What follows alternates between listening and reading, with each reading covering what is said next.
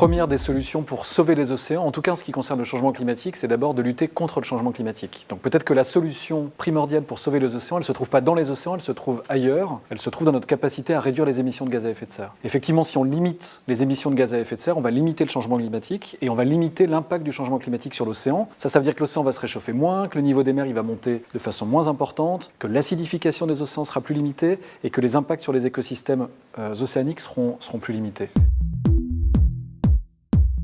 Alors les solutions sont déjà sur la table pour lutter contre le changement climatique. On sait qu'il faut réduire nos émissions. Alors pour réduire nos émissions, on peut jouer sur beaucoup de leviers. On peut d'abord décarboner notre façon de produire de l'énergie. Et pour décarboner notre façon de produire de l'énergie, il faut s'éloigner des centrales thermiques à charbon, de l'utilisation du pétrole ou du gaz naturel, en utilisant par exemple les énergies renouvelables. Et là, par contre, l'océan est une partie de la solution parce qu'on peut aller chercher de l'énergie dans l'océan. Ensuite, il faut diminuer notre consommation d'énergie de façon générale. On peut aussi travailler sur l'agriculture, qui est un poste important d'émissions de gaz à effet de serre. Donc on a des solutions dans tous les secteurs et il faut mettre tous les secteurs à contribution pour lutter contre le changement climatique.